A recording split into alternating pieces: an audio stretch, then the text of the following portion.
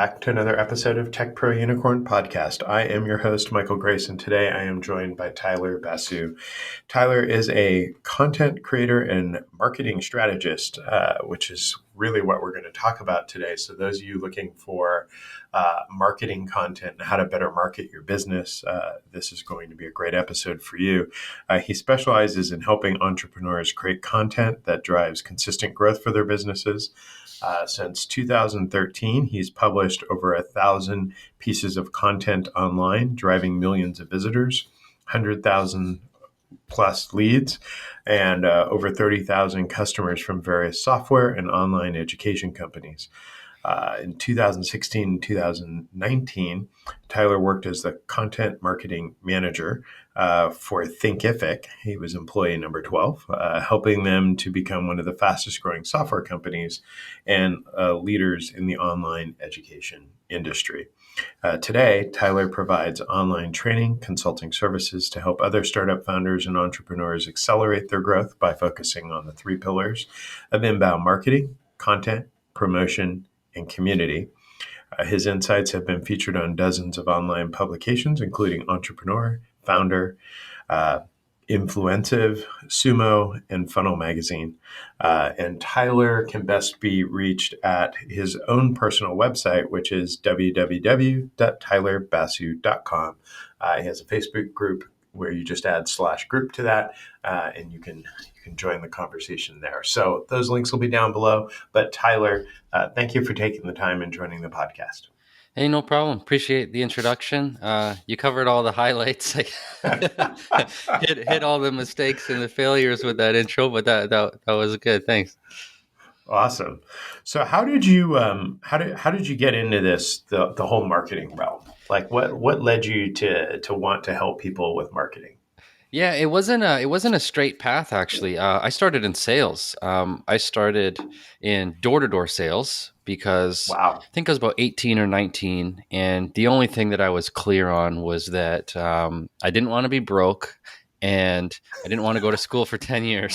so my only strategy was go get in business, figure out how to make it in business. That was like my big plan, as a young adult.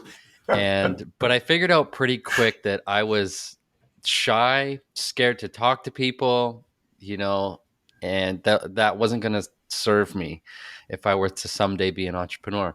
So I read this book called Rich Dad Poor Dad, and the author Robert Kiyosaki talked about working to learn, especially when you're young. Like prioritize what you're going to learn on whatever job you've got versus what you're going to earn.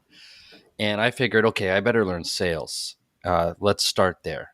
So I started in door-to-door sales. I lasted 18 months. I was working 6 days a week, knocking on doors, Wow. selling TV, internet, home phone across Canada, in different cities across Canada. And then I made just enough to propose to my girlfriend, get her an engagement ring, That's awesome. buy a little Ford Focus to drive back from Ottawa to Vancouver, and pay for some of our wedding and go to school for real estate. So a couple of years later, I was a licensed realtor working for developers selling real estate. I got introduced to the world of digital marketing first by consuming content. Like when I was working in real estate, I was listening to podcasts, I was buying online courses, and just, learning as much as I could. And I became a content creator during that time. I started my first podcast. I started a blog. I published a couple of ebooks on Amazon. And doing that for a few years, just kind of on the side, on my days off and when I wasn't selling real estate, I realized that I enjoyed that world of digital marketing and content creation more than I enjoyed selling real estate and doing open houses and stuff.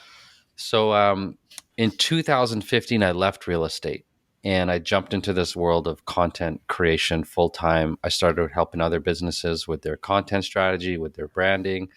And that led to working at that company you mentioned in the intro, which was Thinkific. And at the time, they were a very small startup. Like they were around for a few years and each department was like 2 people. And they hired me as, I think I was the second full-time marketer that they hired to come in and guide their content strategy.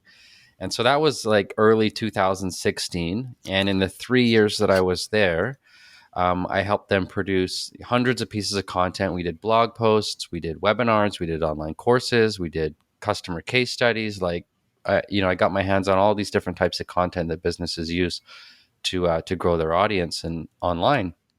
And they grew very quickly during those 3 years as well. They grew from small startup to pretty established business. I think by the time I left, early 2019, they had close to 100 employees and about 20,000 plus customers. Wow. So it was like rapid growth where like no week was the same. I got my hands on a lot of different projects and a lot of different things. And just as I was leaving, each department had 20, 30 people in it. Roles were more specialized. We had systems and processes and structure. Like it was a real business. But I was itching to go off and do my own thing. So since 2019, I've kind of been working behind the scenes as a marketing consultant, helping other companies with their marketing strategy and helping to set up all those internal systems of like, how do we get the attention of our market? How do we create our content? What type of content? How do we promote it? How do we turn visitors to our website into leads and into calls and free trials, etc.? Like that whole journey. I've just been digging my hands into that process with a handful of businesses over the last few years, and so I've done a lot of things wrong. Like there's so much trial and error in this like 10 plus year journey that I just tried to summarize for you. But along the way, I've at least landed on a few concepts and principles that work, and so I'm happy to share, both the things that work and maybe the mistakes to avoid with your audience. I love it.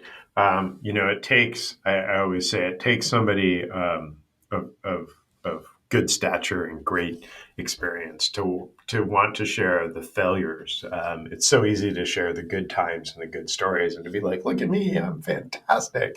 And it takes somebody with a lot more humility and personal growth to be able to say, hey, we tried this, and man, it really messed up for me. It wasn't good. Yeah. I'm at a point now where I basically just treat everything like an experiment, and I I've developed my own biases and beliefs and stuff. So like, I have higher levels of confidence in what I think is going to work versus what I don't think is going to work. But I I'm love it. proven wrong all the time still. And as long as we learn from the feedback and Right. actually try to isolate why something didn't work and pick a different variable to change or pick something to test until we find what does work. You sometimes got to sift through like 8 or 9 things that don't work before you get to the one that does. I wish we could Uh, knock it out of the park all the time with everything we create or everything we publish. I wish everything was a home run, but that's just not the case usually. That's not reality. Yeah. Yeah. So as you work with these businesses, how do you help them develop a marketing strategy? Right, because so many companies start. I have a lot of friends that are entrepreneurs and a lot of folks that start a business, and they're really good at whatever it is that they Hmm. want to start a business doing. Right, whether it be a brick and mortar retail like a bakery or something, or they're really good at technical software consulting. What they're not really good at, I'd say, is running a business and putting plans in place and strategies for growth and marketing and such. So when you Sure. go in there and help them develop it, what does that look like? So I've worked with entrepreneurs, all the way from those just getting started and they have an idea that they haven't sold to anybody yet, all the way to the businesses that are doing a few million a year in revenue, and Mm, some of them close to like million a month in revenue. That's kind of the range I've played in. that's Um, great. and I've seen in so many cases, especially in the early stage startups, where the founders, the entrepreneurs, like they got so excited about their idea for their product or service and really committed to that first and foremost. Like they committed their own time, their own resources, their own risk. Sometimes they raise money and they're like, spending months, even year or two, developing their thing that they Hmm. have like fallen in love with. And then uh, creating a plan for how they're going to market that thing and get their first round of clients or customers is kind of an afterthought. Like they're kind of just focused on, I'm building my thing and then I'm going to worry about how I'm going to market this later.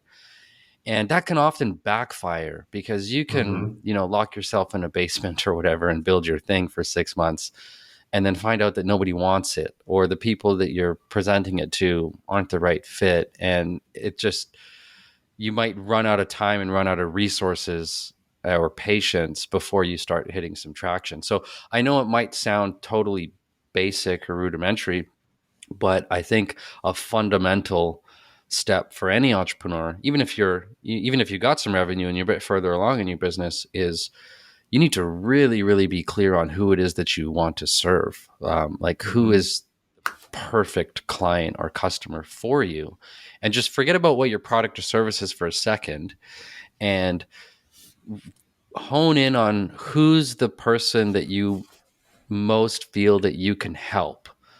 And what is it that you help them do? Like, what is there an actual problem that they're facing? Is there an outcome they're trying to accomplish? And your product or service helps them bridge that gap.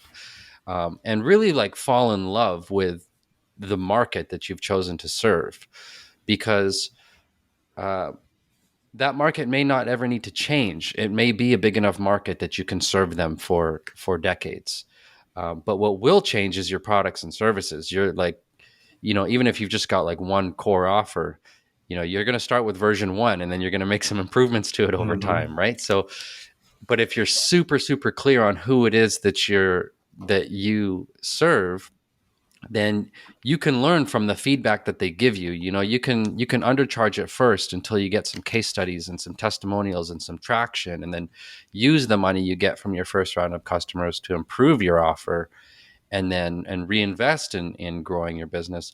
But it all starts with like making that clear choice of who it is that you most want to help, I love it. rather than creating the thing that you think is great and then trying to figure out, okay, who would be interested in this? And then that's like sets you down this path of trial and error Yeah. where you're pitching your thing to like 5 or 10 different markets or 5 or 10 different niches until you find somebody that's like, oh yeah, that looks cool. Whereas had you started with the market that you have some sort of rapport and understanding of, maybe you are that market. Maybe you've had the job of the person who's now a potential client for you, so you know what it's like to be in their shoes. Um, but had you started with that clarity, you could have approached them first, even before you built your thing. And you could say, hey, I'm thinking of building this thing, and this is what it would help you do, or this is the problem it would help you solve. Is that of any interest to you? Mm-hmm. And you have 10 or 20 of those conversations, you can figure out pretty quick if you validated the demand for your thing before you even build it. I've become pretty risk adverse in my career because of all the mistakes I've made and all the trial and error. And I've burned through my own money on launching stuff that didn't take off, and that's a painful experience. And Mm-hmm. so, if I can save any entrepreneurs from that experience, I think that the way that they do that is you first pick who you want to help, and then you validate the demand for the thing that you want to build with that market first. And then once you've got that clarity, now and you have an offer that they will pay for, you validated the demand for your thing. So once you're past those fundamental first steps, now you get to tackle the exciting stuff, like, how am I going to market this thing? How am I going to get more attention? Am I going to run ads? Am I going to create content? Am I going to do a podcast or a YouTube channel, or whatever the case is? But all of those things are just one big unknown experiment unless you know for sure that there's a market for your thing, they want your thing, and now it's just about getting your message in front of them, you know. I love it. So much of what you said, I use a term in what we do in consulting called personas, right? And Mm-hmm. I tell people all the time, who's your customer? And they usually tell me, oh, it's this type of a person, and I'm like, no, no, no, you don't understand. What time does your customer get up in the morning? What do they do when they get up in the morning? Where do they shop? Where do they eat? What do Mm-hmm. they do on the weekends? Where are they? Are they a social media person and they're out on Facebook and Instagram, and do they watch TikTok or do they read blogs or podcasts?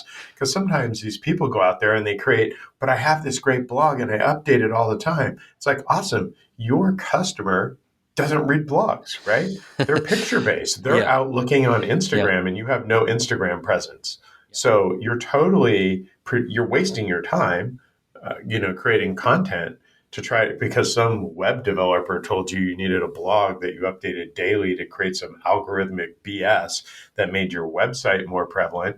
Well, guess what? They aren't searching the web either. They're not there, right? They just don't understand where their customer is because they don't understand who their customer is and how they operate. I'm so glad you brought that up, because the moment somebody goes down the rabbit hole of figuring out how they're going to market their business online, we have a long list of choices, right? Even just in the world of content, there's a pretty big handful of different types of content you create.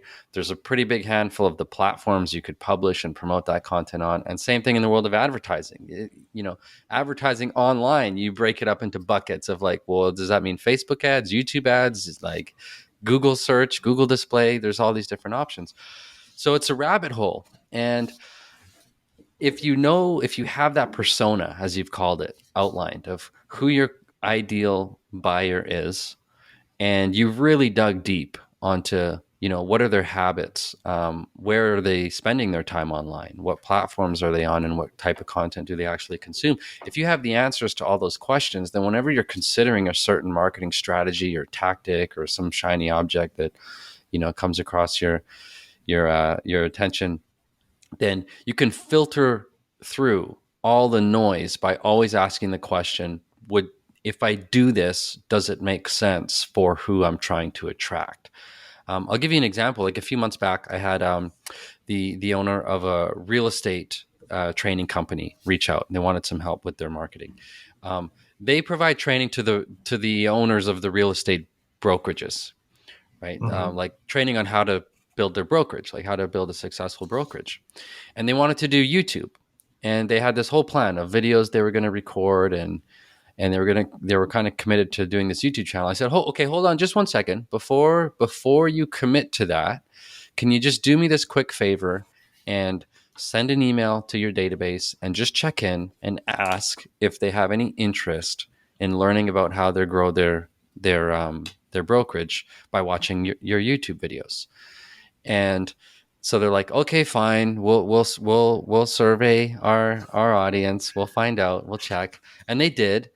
And like across the board, they all said, "We hate YouTube.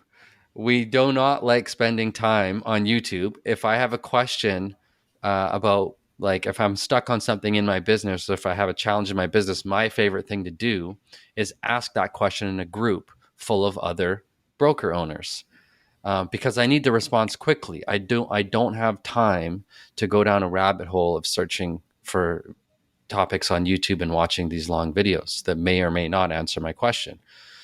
And it was like a light bulb went off. So I said, you know what? Why don't we just table that plan of publishing on YouTube for now?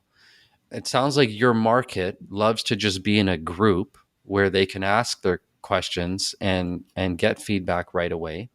Why don't we focus on your Facebook group? Because they had a Facebook group. And we did that. And, we planned this whole marketing campaign. We started running ads, calling out broker owners in the United States saying, "Hey, would you like to join a community full of broker owners to get some support, get some encouragement, get your questions answered?" And that campaign took off. And now Mm-hmm. they've got like the fastest growing group in that industry. And there's people every single day, like helping each other out, asking questions, providing support, booking calls with these guys. They're selling their training program. They're selling twice as many programs as they were before now, because we customized the strategy based on what their market actually said, like that they wanted, and we didn't just guess and assume. I love it. Yeah, I mean, examples are all over, right? I have this friend. She sells sweatshirts. Nothing special, just sweatshirts. She custom designs the logo, which is great. She has a Shopify site, which is fantastic. She sources her own sweatshirts. They're proprietary to her. She uses Shopify. But she found out that her customers are, mostly 20, early 20s, late teens girls. Hmm. Um, so she doesn't have a blog, and people are like, I can't believe you don't have a blog.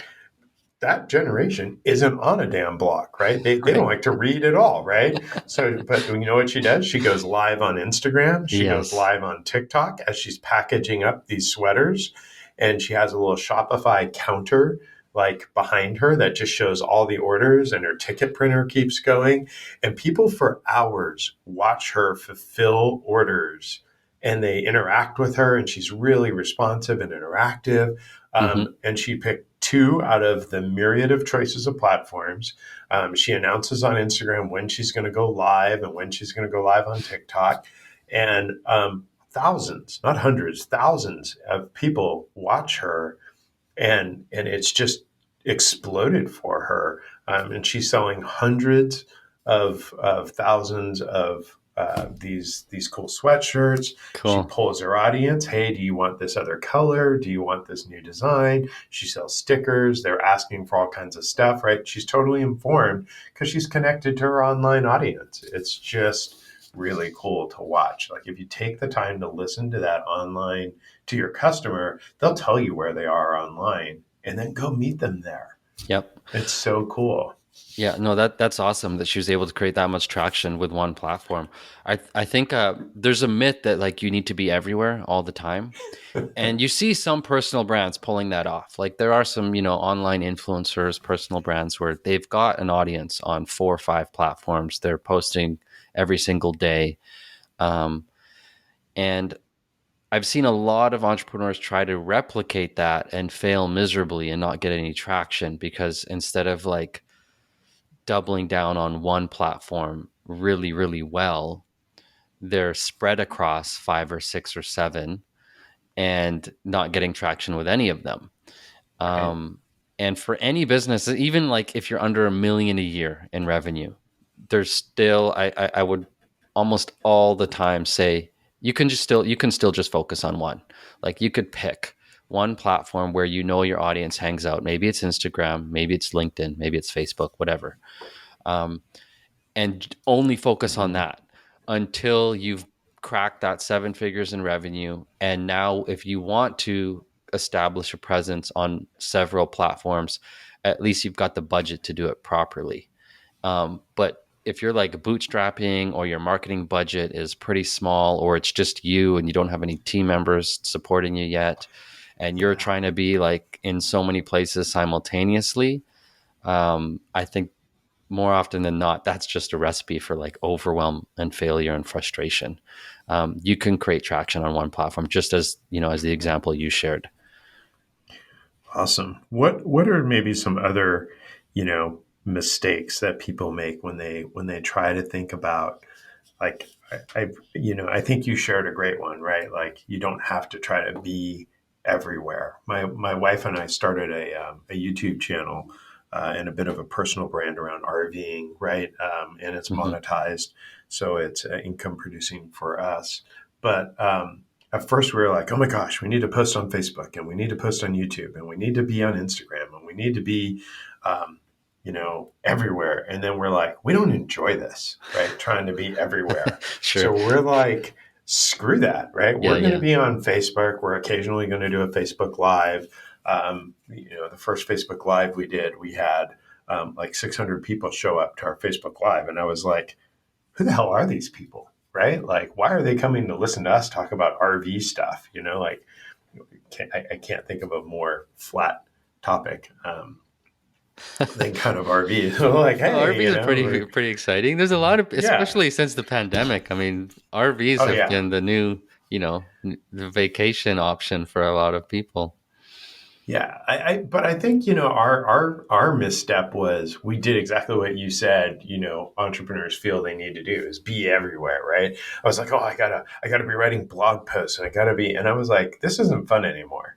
I want it to be fun. And I want it to be passive, and we don't do it all the time, and I want our customers to be okay with that or not, and I don't care because this is really more for us, and we're letting people into our lives to see us. What are some other common mistakes that people make? Yeah, well, one of the things I want to bring up was that uh, I mean, there's a myth that like the size of your audience is the most important thing, and that you Mm, like we need to build a huge audience before we can monetize anything.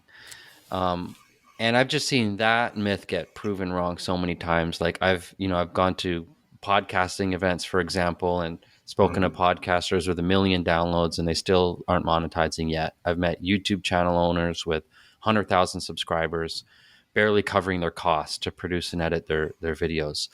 Um, and they're thinking that there's some magic number that when their audience is big enough, that's when somehow it'll start turning into a real business and a revenue, and be able to sell products and services. Where I made that mistake too. Like from 2013 to 16 or so, I published 100 plus podcast interviews, probably 100 plus blog posts. I wrote for big publications from my own blog, and I got all this attention, right? I kind of built a bit of a personal brand, got my name out there. But when I at the end of the day, the whole thing was just, uh, from a financial point of view, a loss, because I spent my own money building up this audience, and I didn't have a strategy in place to like right. actually extract clients or customers from that audience that I had built. So now what I tell entrepreneurs is don't fall for that myth that like you need a massive audience. Hmm. What you should start with is the market you want to serve and validating the demand for a product or service. And if that means jumping on a call with 20, 30 people until you get through that phase, just do that. And you might even get your first few clients just from doing that before you've even done a single post on Facebook or Instagram or whatever. Um, Start with validating your offer and creating the content that would make selling easier. That might Hmm. mean that you created a demo video for your software, or if you're selling consulting or coaching or something, you set up a simple application funnel where you ask people some questions, qualify them before you give them a consult. Start at the bottom of your funnel with the content that helps somebody make a buying decision, and then once you've got that in place, okay, now you have a way to actually acquire a buyer. Then your next step would say is to create the content that would get you the contact info of somebody that's not a buyer yet, but is willing to consider what you've got. So a lead, um, and that might be where you decide, you know what, we're gonna publish this a webinar or a free training, or a free worksheet or a free assessment. Something that would like give value to somebody, but also qualify them as a potential client or customer. Now you've got kind of the middle of your funnel content created. Once you have those two things in place, now there's actually a way for you to generate leads and generate buyers. Then I would say go focus on building your audience, because then the size of your audience won't be a vanity metric. If from day one you're seeing what percentage of the audience that you build online through free content, or doing a podcast or doing a YouTube channel or running ads, whatever the case is, right away you're seeing what percentage of them become leads and what percentage of the leads become buyers. So start at the bottom of the marketing funnel and then work your way up, rather than the other way around. I love it. That's really great advice. I mean, I, I too, right, get an opportunity to talk to all these podcasters, and they're like, oh, you guys are at 80 episodes and you're releasing twice a week, and this is all great, and but are you making money? And I'm like, our intent with the podcast isn't to make money, right? Like we have zero desire to monetize this podcast. This podcast is about um, gaining knowledge and sharing it, right? And putting it Hmm. back out and giving back to the community, which in effect helps our brand, right? We're known as a brand in our space, as a thought leader, as folks who give back to the community. We have lots of free training on what we do out on YouTube. We have literally hundreds and hundreds of videos. We have tons of blogs. We run all kinds of free sessions, and it has nothing to do with trying to get money, or it gets us customers. So Hmm. I think folks sometimes get caught up in how do I make money off of this one tool, and they're missing the larger picture that sometimes just by doing good things, right? You build brand awareness and you build brand goodwill that then can get you revenue. We sell multi-million dollar software deals. No, very few people who listen to this podcast are going to go, man, Michael and Tyler are really cool. I'm going to go give Michael $1 million on a software deal. Um, but what they might say is, wow, that was really cool. Michael and Tyler really helped me. They sound like really cool, honest people. I'm going to talk to Tyler about some marketing stuff that's going to help Tyler. And I'm going to talk to Michael about what his consulting firm does because these are two cool people, right? And you're still getting a benefit from doing some of this marketing stuff. It just might not be like, how do we make 15 cents off a podcast or something like Sure. that? Yeah, yeah. Well, and attention, I mean, you've probably heard the advice that floats around our space that attention is the new currency. And I get that. I get what that message means, but I've just seen Mm-hmm. so many people go out there and get attention um, by giving and giving and giving, but they never asked. They never asked somebody to book a call with them or sign up for something, or Yeah. like they never gave somebody a clear next step as to how they can, transact with them in some way. Um, and so again, like, yeah, there's no magic number of how big an audience needs to be. And in your case, like, you're putting out education strictly because you want to do that and you're not looking for an immediate ROI. I've seen a lot of content Right. creators give up on creating content because they went into it thinking I need an immediate ROI. Well, if you want an immediate ROI, you just got to talk to the people that are a potential client for you. Um, you don't have to Mm-hmm. spend a year putting out free blog posts because that's not quite the same objective as just getting into conversations with potential clients, right? I love it. Um, when you were at some of these fast growing capital based these companies that were in startup mode, if you will, Hmm. what are some of the things you learned? Right, I mean, you mentioned like departments were the size of like two people, Yeah. so you got to do everything, right? There was no like, oh, my role is this. Your role was probably everything. So how was that, and what were some of the things you learned through that? Well, the fact that in the early days, and I'm talking about Thinkific specifically, when each department was like two, three people, is that I enjoyed the fact that I got to get my hands on a lot of things. Like, so there was a huge upside for me in terms of learning. Had I been hired there when they were more established and more boxed into a specific role that was already created, and there was already like processes and systems and procedures for me to follow, the learning curve wouldn't have been as steep as it was Hmm. for me. And I like a steep learning curve because I like to feel that I'm growing. That my Right. personal growth and professional growth is always like moving forward, not stagnating.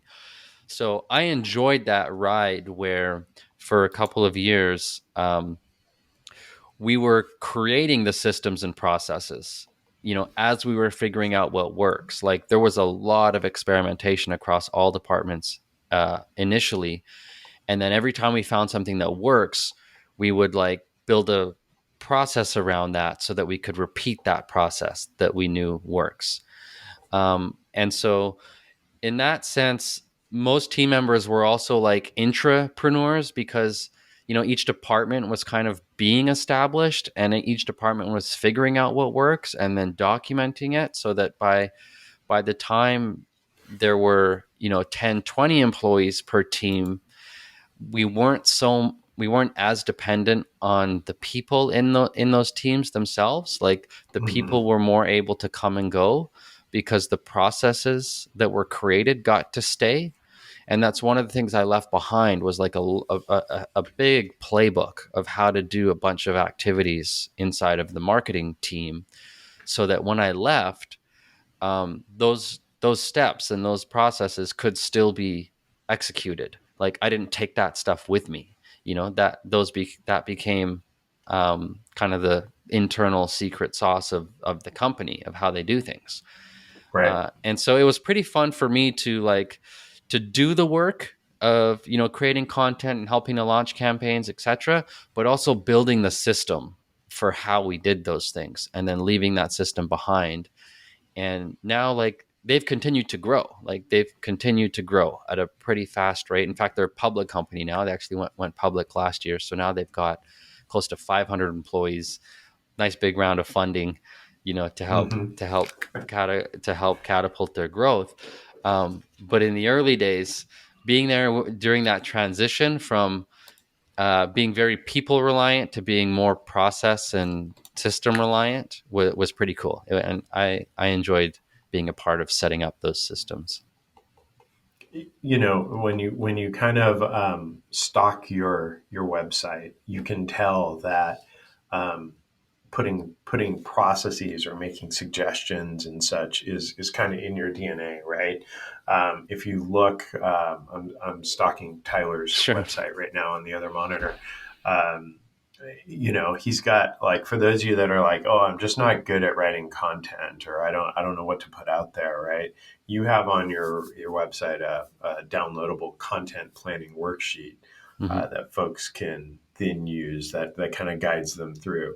What I think is also cool is you're sharing kind of some personal experiences around marketing tools and software, right? So if folks are like, oh, I don't know, do I need HubSpot? Do I need whatever? You've kind of got a pretty cool list of um, tools and software out there, like Asana and Active Campaign and such.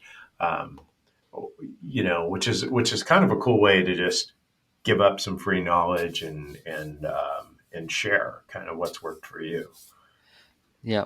Well, I can kind of geek out on Asana and sometimes I can go a little overkill, but I enjoy creating systems as much as I enjoy the more creative type of stuff, designing a new presentation or a webinar or something like that. That's more creative. Mhm. Um, but to me, building systems is I don't know, it just something comes out of me where I actually enjoy that too. And I think that any activity that occurs inside of a business repeatedly deserves a documented system and process, right? So that if I the love it. person that's in charge of doing that activity repeatedly, let's say, for example, it's we publish one YouTube video per week.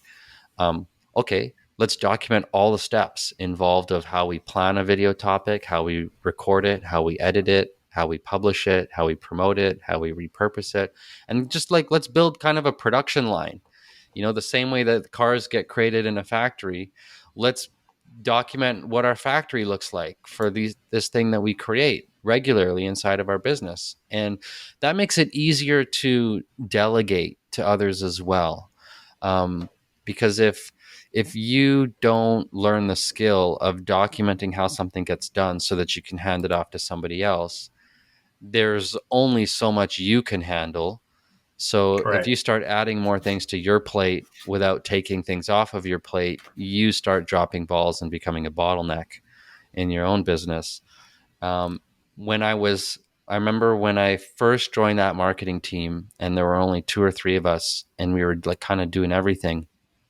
But uh, over the couple of years, where that marketing team grew to about 15, 20 people, it, I was forced to learn how to create systems and do project management because it wasn't just me anymore.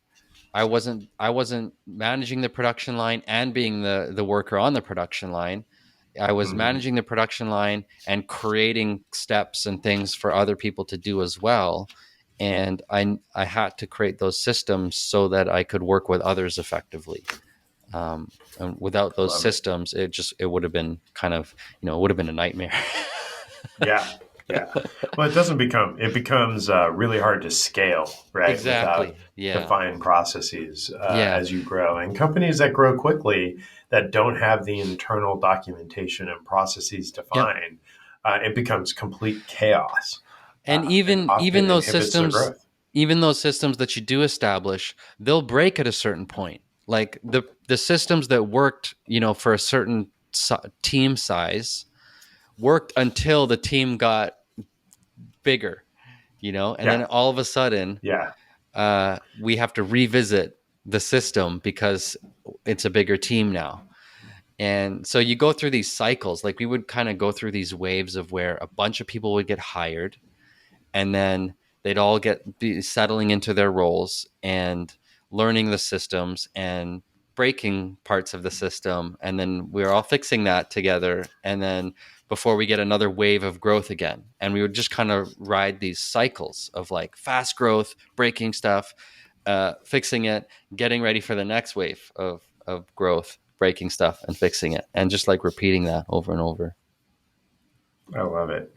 We alluded a little bit during the intro. I mentioned Tyler's website, and I said you could put a slash and group after it, and that'll take you to his Facebook community, which is Influence and Scale Community. Maybe talk a little bit about what happens in that community. Why would people want to go hang out with the couple hundred other members that are there? Sure. So I think we can all agree that there's like a overwhelming amount of information that we all have access to online, especially in the world of online marketing, because the online marketers were some of the first people to create, information online because they're already playing in that space, right?